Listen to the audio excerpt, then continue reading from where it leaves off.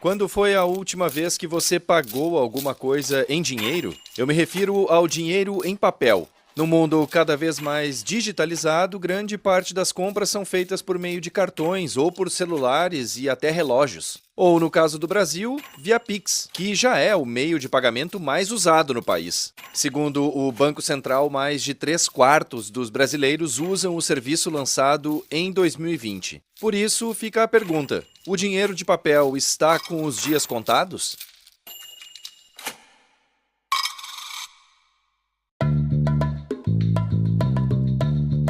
E está no ar o DW Revista, podcast produzido pela redação brasileira da DW e publicado todas as sextas-feiras no YouTube e em plataformas de áudio como Deezer, iTunes, Google Home e Alexa. Em tablets ou celulares é só baixar o aplicativo Google Assistente para Android ou iOS. Eu sou o Guilherme Becker, diretamente de Bonn, na Alemanha, e nesta edição eu converso com o meu colega de DW, o repórter Maurício Cancellieri, que falou com especialistas sobre o papel moeda e também o dinheiro digital para um vídeo que pode ser acessado, por exemplo, no Instagram da DW Brasil.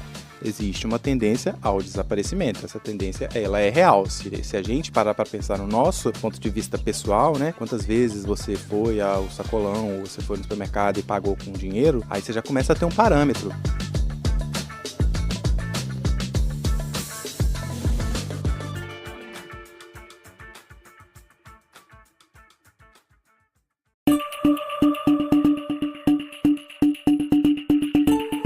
Foram os gregos, no século VII a.C., que cunharam as primeiras moedas metálicas com valor padronizado pelo Estado. Uma revolução monetária, por assim dizer, que levou as camadas mais pobres da sociedade a também terem acesso às riquezas, ao acúmulo de dinheiro e à coleta de impostos por parte do Estado. Antes disso, o comércio era feito basicamente por trocas, por produtos que iam desde animais até alimentos e também pessoas escravizadas, por exemplo. A segunda grande revolução na história do dinheiro foi o papel moeda. Há registros de papel moeda na China do século X, mas teria caído em desuso. Foi só em 1661, na Suécia, que as notas se consolidaram e depois se espalharam pelo mundo. Maurício Cancellieri, muito bem-vindo ao DW Revista. Bom, depois de séculos com o dinheiro físico sendo sinônimo de riqueza e usado em transações, veio o século XX e a introdução dos cartões de débito e crédito. E no século XXI vieram os celulares, os relógios, internet banking e o Pix. Dito isso, eu queria te perguntar quem ainda usa papel moeda e por que isso acontece? Então, Guilherme, primeiro, obrigado aí por mais uma vez estar aqui no DW Revista, pelo convite para falar sobre esse assunto, que é curioso, né? Eu, quando estive no Brasil, assim, passei um tempo, fiquei com essa pergunta na cabeça porque parecia que eu estava com dinheiro na carteira para absolutamente nada, que ele não tinha nenhuma função porque todo mundo estava pagando tudo com Pix ou com cartão. Mas, basicamente, o que eu ouvi, né, dos especialistas com quem eu conversei foi que o Brasil existe um recorte, basicamente, de renda. A gente tem que imaginar um país continental de proporções, enfim, gigantescas. É claro que esse acesso a essa tecnologia, o aparelho em si, a internet, né, embora já esteja bastante massificada, existe um lugar ou outro que pode enfrentar esse limite, né, tecnológico, puramente. Ou seja, não vai ter um smartphone, não vai ter acesso à internet. Então, isso acaba não sendo uma coisa, o papel moeda continua tendo uma utilidade, especialmente em lugares com esse tipo de restrição. E ele também, isso segundo uma pesquisa do Banco Central, né, o papel moeda, especialmente para essa população de uma faixa de renda um pouco menor, é uma população que ainda tem digamos assim, uma relação com o papel moeda diferente. É como se ela quisesse ter certeza ali do dinheiro que está ganhando, sabe? A pessoa, quando vê o dinheiro físico, ela sabe quanto ela tem na carteira, enfim. E outro aspecto no Brasil é uma questão histórica, porque o que eu ouvi também da especialista com quem eu conversei, a professora Carla Bene, da Fundação Getúlio Vargas, ela disse o seguinte: olha, no Brasil a gente passou por um momento,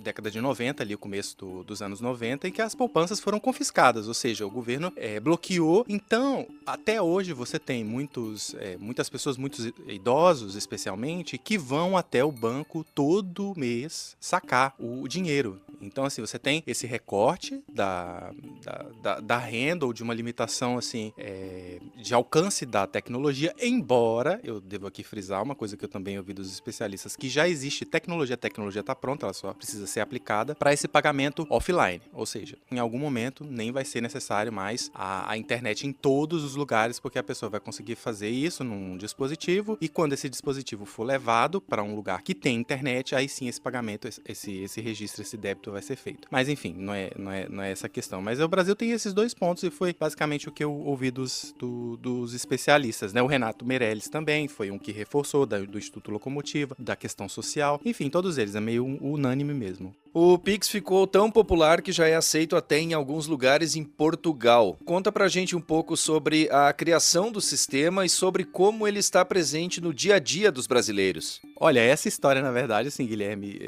chamou a atenção, não só minha, do Brasil. Essa imagem viralizou de um supermercado lá em Portugal e a gente ficou com isso na cabeça. Eu falei assim, mas como assim, gente, na Europa pagando com Pix? E, de fato, não só pela proximidade, imagino eu, né, com tanto imigrante brasileiro em Portugal, esse vínculo, né, histórico, o Pix também tá lá. A questão básica é que a pessoa precisa ter uma conta no Brasil, que vai ser a conta de onde o dinheiro vai sair, e o dinheiro ela vai pagar em real e não em euro, ou seja, vai ser ali descontado imposto, vai comer, né, digamos assim, um pedacinho do dinheiro, mas independentemente disso, é fato que esse dinheiro esse dinheiro não, né, o modo de pagamento, o Pix, ele já é aceito em Portugal, inclusive, e isso dá uma dimensão, na verdade, do alcance mesmo, de onde essa história tá chegando, né, porque ela começa ali, né, ela é lançada num contexto da pandemia, que a gente sabe que o dinheiro físico, o dinheiro de papel, tinha uma questão sanitária, toda uma preocupação, né, com a contaminação, e os brasileiros, o que eu ouvi também dos especialistas com quem eu conversei, tiveram uma adesão, assim, massiva, não houve uma resistência, mesmo se a gente fala, assim, em golpes eventuais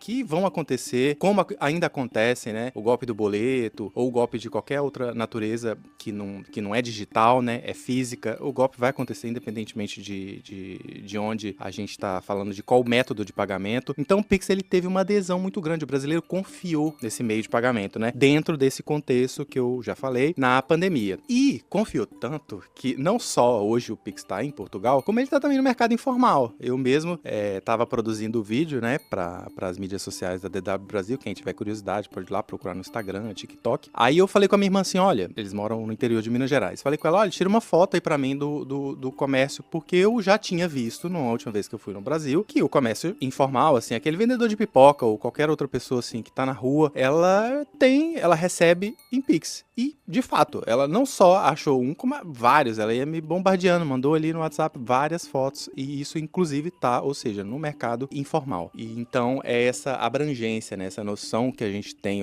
onde esse modo de pagamento ele tá chegando, né? Foi para Portugal, começou ali na pandemia, teve uma adesão massiva e tá em tudo quanto é canto. Bom, quer dizer então que aquela nota de R$200 que foi lançada durante a pandemia já nasceu praticamente como peça de museu. Então, essa história é outro detalhe, né, assim, da utilização do papel moeda, porque ele tem essa função ali física, mas quando chegou essa nota de R$200, como papel moeda, que ela chegou também no contexto da pandemia, ou seja, vamos imaginar, o papel moeda já era uma coisa ali que as pessoas estavam tentando evitar, então ela chega num contexto em que o papel moeda já estava, digamos assim, escasso, né, ninguém queria contato com aquilo, ninguém tinha troco, e isso só piorou ao longo do tempo, né, a economista também com quem eu conversei, ela falou isso, ela falou, olha, Maurício, essas notas de R$200, elas estão agarradas, elas não tem demanda para ela, porque o comércio no Brasil, ele não tem troco, não adianta uma pessoa chegar com uma nota de R$200 para querer pagar qualquer coisa que muito provavelmente ela não vai conseguir, especialmente em valores menores, né, não tô dizendo ali, sei lá, se você tá com uma compra de R$190, e aí, claro, você dá uma nota de 200, eventualmente vai ter o troco, mas enfim, se for uma coisa muito desproporcional, não vai ter. Ela falou de forma generalizada, assim, de forma geral, né, que no comércio ali no Brasil as pessoas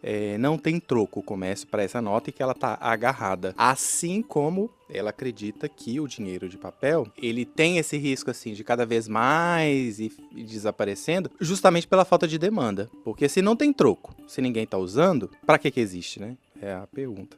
Maurício, a gente nota que o papel moeda tem perdido importância, mas ainda não está completamente em desuso. Existe uma previsão para que ele tenha um fim? Olha, o fim é sempre uma coisa assim, né? É difícil de dizer E o que eu ouvi dos especialistas com quem eu conversei é o seguinte: a gente pode falar num fim sim, no curto, médio prazo, porque isso é para onde a gente está caminhando, né? O Brasil, inclusive, só evolui, inclusive está à frente de muitos outros países, né? Que ainda valorizam o papel moeda de uma forma que o brasileiro já se, digamos, desapegou, né? A maioria tá com o Pix mesmo. Então, dá para dizer que esse fim, ele tá meio que decretado pelo uso cada vez menor do papel moeda, ou seja, se o Banco Central, Banco Central não, a agência custodiante, né, que é o Banco do Brasil, receber menos demanda das agências bancárias de todo o Brasil por papel moeda, porque essas agências não precisam mais de papel moeda, então não vai ter função,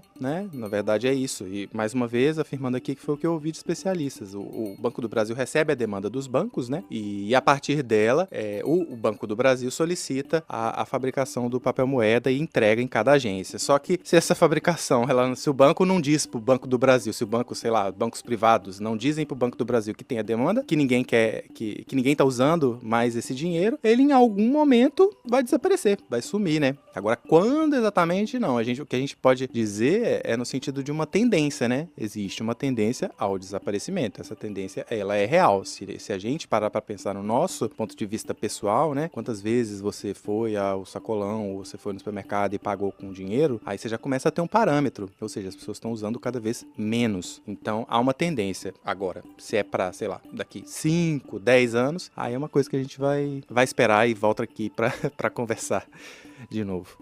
Maurício, falando nisso, conta pra gente quando foi a última vez que você pagou algo com papel moeda.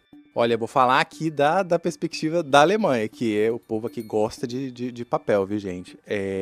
No correio, fui mandar uma carta, assim, o valor era muito pequeno, aí você vê bem, a gente fica com isso na cabeça também, né? O valor era pequeno, aí eu falei, não, tô aqui com 5 euros na carteira, pra mandar a carta lá era 4 e pouco de euro, que era uma carta registrada, aí eu falei assim, bom, vou mandar isso aqui, vou pagar com dinheiro mesmo, e aí foi isso. Então, foi essa vez. Agora, eu vou dizer, é difícil, assim, eu tô resgatando essa porque foi semana passada, porque se você me perguntasse talvez mais adiante, eu talvez não saberia dizer. Pois então, pra mim foi num bar no último final de semana, e a gente que mora na Alemanha sabe que o dinheiro vivo ainda é muito utilizado por aqui. O pessoal que acha que a Alemanha é um lugar moderno em termos digitais pode se decepcionar nesse sentido, porque tem muito lugar que ainda não aceita pagamento digital. Isso melhorou durante e depois da pandemia, ou seja, hoje em dia é um pouco menos difícil, um pouco menos complicado pagar por serviços ou mercadorias com cartão ou celular na Alemanha. Mas mesmo assim, muita gente ainda parece ter obsessão por papel moeda por aqui, não é mesmo? Eu acho que o papel moeda, que o que a gente percebe na vivência é que é uma questão de fato cultural, né? Alguns lugares, eu cheguei aqui há 12 anos, né? Então alguns lugares, 12 anos atrás, realmente não aceitavam. Então você tinha que ter um dinheiro ali no bolso, né? Hoje em dia, claro, isso mudou bastante. Eu, inclusive, hoje compro pão numa padaria que só aceita cartão.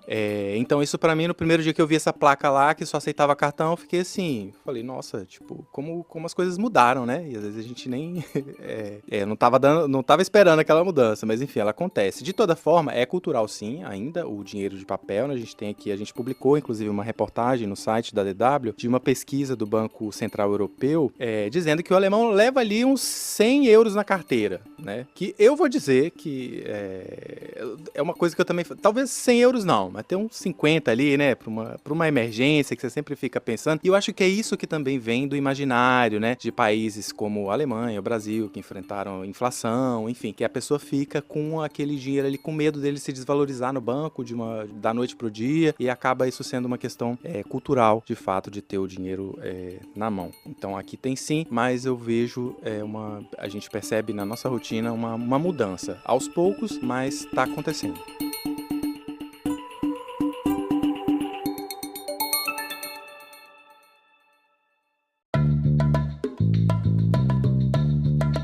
E você é do tipo que gosta de ter dinheiro na carteira ou só cartão e Pix? Conta pra gente nos comentários. A edição desta semana do DW Revista, uma produção da DW em Bonn, na Alemanha, fica por aqui.